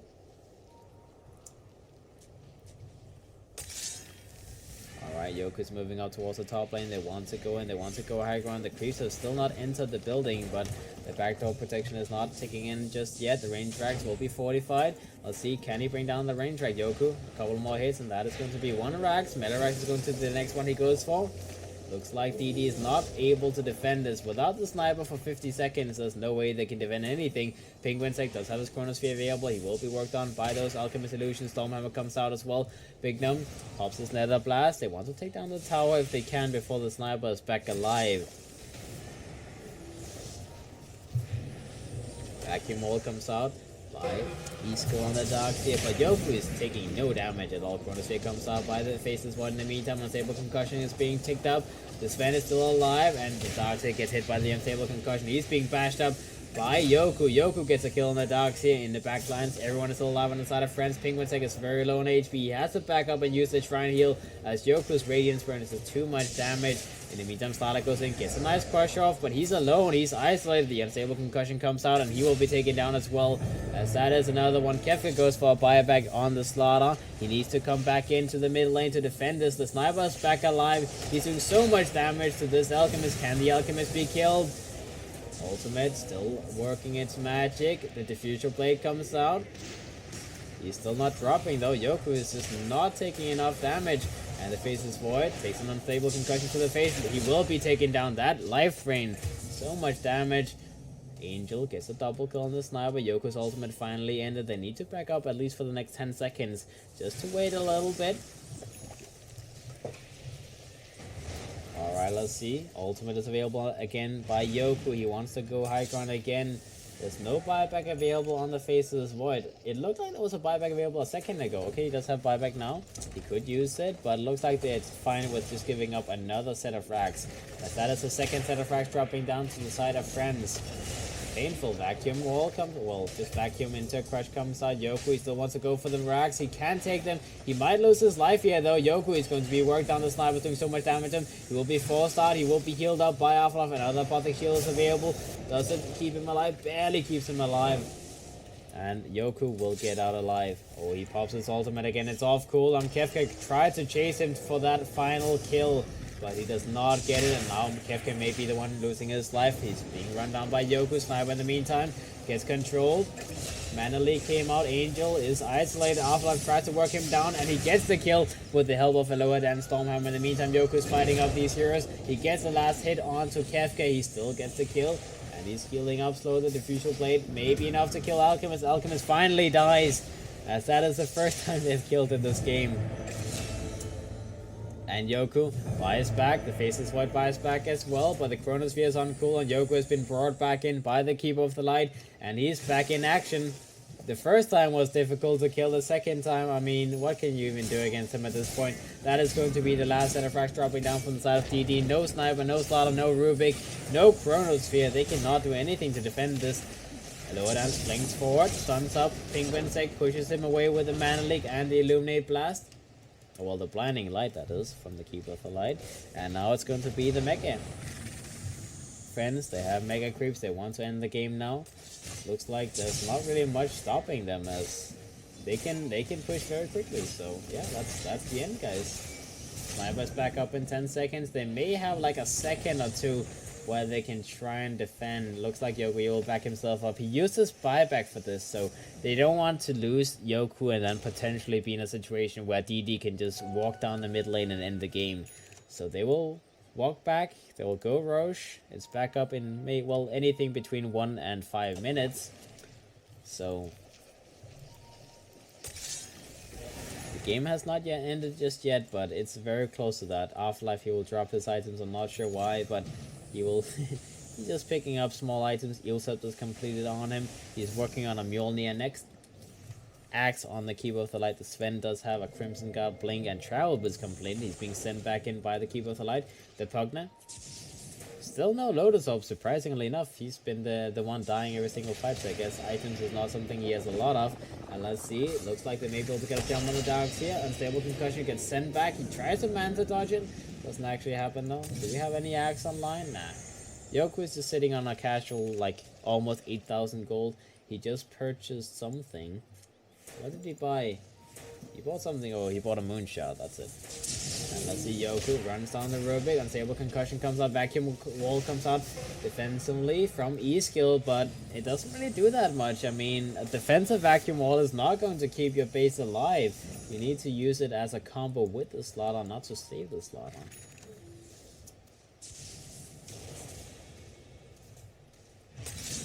$20,000 net worth lead, boys. Alright, it's Sven. Stable concussion from the Alchemist. Again, they're looking for Kefka, but he gets stunned. The Apothic Shield removes the stun very quickly, though, as Afterlife, he's a big boy. He's a good support hero. In the meantime, in the mid lane, Penguin Tech is trying to fight out the 3 heroes on Friends, but he doesn't get any kills and he loses his life as they all barely survive. In the meantime, in the top lane, Diabron ends up losing his life. Yoku is still alive, though. He has a cooldown on his ultimate. Kefka slowly burning to the Radiance. Bignum jumps in. They get the kill with the Radiance burn from Yoku. And now it is the Ancient dropping as GG gets called. DD, they know this is the end. Alright, boys, that is the end of this best of 3 series. Friends, they get out and they win it, as they lost the first game, but they come back with 2 straight victories afterwards. So 2-1 victory from Friends, and yeah, I hope you guys enjoyed the series. I enjoyed it very much. You're welcome to leave me a follow on my Twitter. I'm MadKingsDota, and yeah, we'll see each other tomorrow for some more ProDota Cup EU action. So look forward to that. Look forward to